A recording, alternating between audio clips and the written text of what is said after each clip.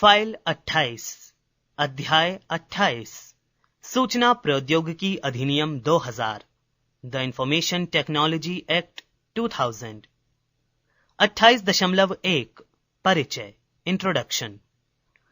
सूचना प्रौद्योगिकी अधिनियम 2000 जो अंतर्राष्ट्रीय व्यापार कानून के लिए संयुक्त राष्ट्र आयोग यानी UNCITRAL के अनुसार इंटरनेट और ई कॉमर्स के ढांचे को विनियमित करने के लिए बनाया गया है, कंप्यूटरीकृत वातावरण में कार्य करने वाले व्यक्तियों और संस्थाओं के लिए एक विस्तृत कानूनी ढांचा तैयार करता है।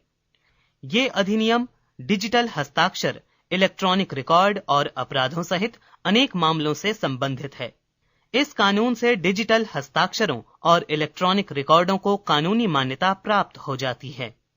ये अधिनियम कंप्यूटर संबंधित अपराधों जैसे कंप्यूटर के स्रोत दस्तावेजों में गड़बड़ी करना, कंप्यूटर सिस्टमों को हैक करना, इलेक्ट्रॉनिक रूप में गोपनीय सूचनाओं को प्रकाशित करना, लाइसेंस या डिजिटल हस्ताक्षर सर्टिफिकेट प्राप्त करने के लिए गलत सूचना देना और धोखाधड़ी या गैर कानूनी कार्यों के उद्देश्य से डिजिटल हस्ताक्षर सर्टिफिकेटों को प्रकाशित करना आदि को भी शामिल करता है।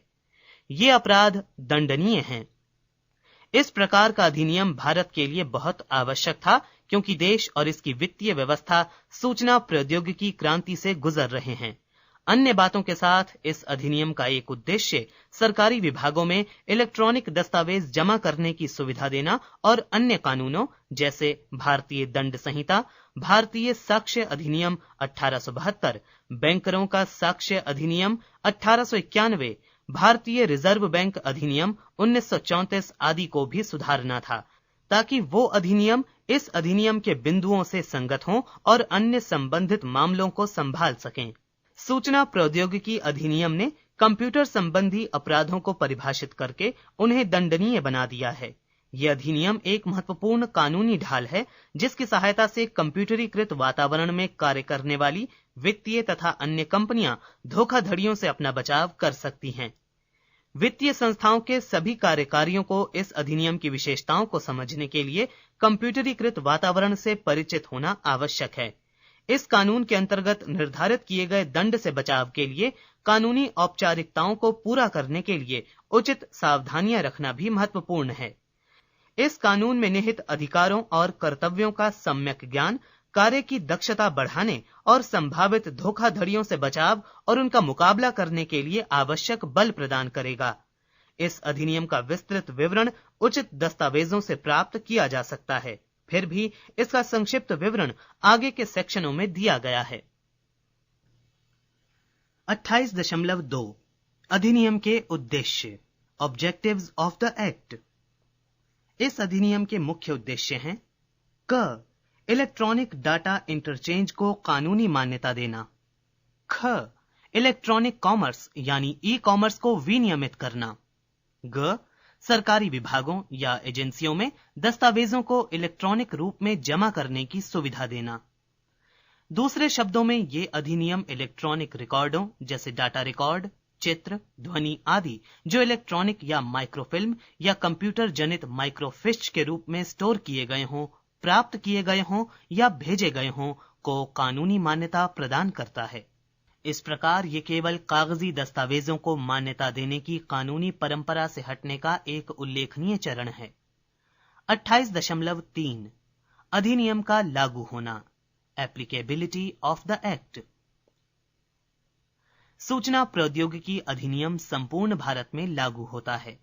इसके साथ ही ये उन अपराधों या कार्यों में भी लागू होता है जो किसी व्यक्ति द्वारा भारत से बाहर किए गए हों, लेकिन ये अधिनियम निम्नलिखित पर लागू नहीं होगा: क परक्राम्य लिखत, नेगोशिएबल इंस्ट्रूमेंट्स, ख पावर ऑफ अटॉर्नी, ग ट्रस्ट, घ वसीयत यानी विल्स तथा अन्य साक्ष्य, ड़ अचल संपत्तियों का अनुबंध, बिक्री या उपयोग सुविधा, च संघीय सरकार द्वारा सूचित अन्य प्रकार से दस्तावेज या लेन देन यानी ट्रांजैक्शंस।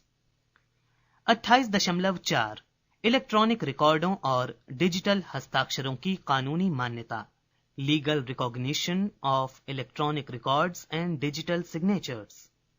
इलेक्ट्रॉनिक रूप में रिकॉर्डों को मान्यता देने से ऐसे रिकॉर्डों को डिजिटल हस्ताक्षरों द्वारा प्रमाणित करने की पद्धति भी लागू हो गई है।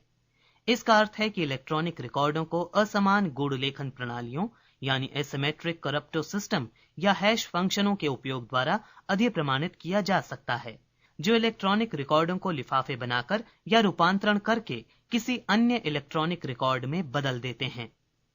ये रूपांतरित इलेक्ट्रॉनिक रिकॉर्ड किसी भी व्यक्ति द्वारा उस व्यक्ति के पब्लिक की युग्म यानी पब्लिक की पेयर का उपयोग करके प्रमाणित किया जा सकता है, जिसके डिजिटल हस्ताक्षर किए गए हों। रूपांतरित इलेक्ट्रॉनिक रिकॉर्डों की जांच के लिए ये पब्लिक की संबंधित व्यक्ति को या तो व्यक्तिगत रूप से या सर्कुलेशन द्वारा डिजिटल हस्ताक्षर सर्टिफिकेट यानी डिजिटल सिग्नेचर सर्टिफिकेट के रूप में इस अधिनियम के अंतर्गत सक्षम प्राधिकारियों द्वारा भेजी जाती है। इस अधिनियम में किसी संदेश को भेजने वाले, प्राप्त करने वाले और बिचौलियों आदि की विस्तृत परिभाषाओं और उत्तरदायित्वों का उल्लेख किया गया है।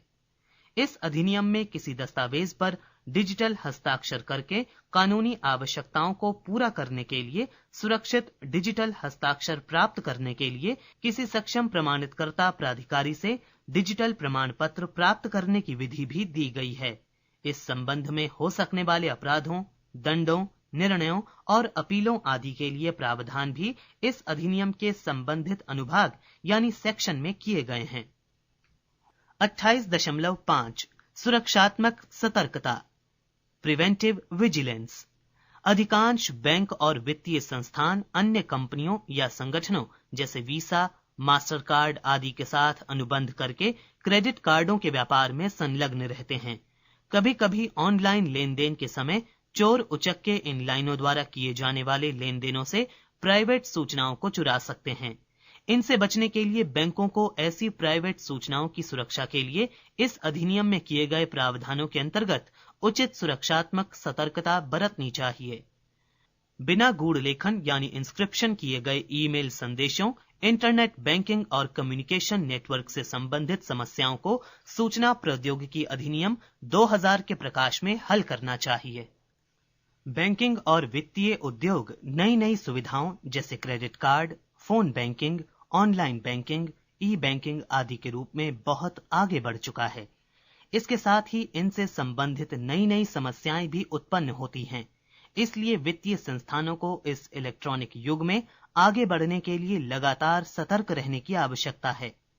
इसमें प्रत्येक बैंक के स्तर पर तकनीकी और कानूनी विशेषज्ञों की टीम गठित करके इन क्रियाओं पर नजर रखी जानी चाहिए। धोखाधड़ियों से बचाव के लिए इस अधिनियम के प्रावधानों को भली प्रकार समझ लेना भी आवश्यक है। और अब अभ्यास प्रश्न 1. सूचना प्रौद्योगिकी अधिनियम क्या है, इसका क्या महत्व है? 2. सूचना प्रौद्योगिकी अधिनियम किस पर लागू होता है और इसमें क्या क्या सुविधाएं हैं? प्रश्न 3. सूचना प्रौद्योगिकी अधिनियम के प्रमुख प्रावधानों की चर्चा कीजिए। अध्याय समाप्त। पुस्तक समाप्त।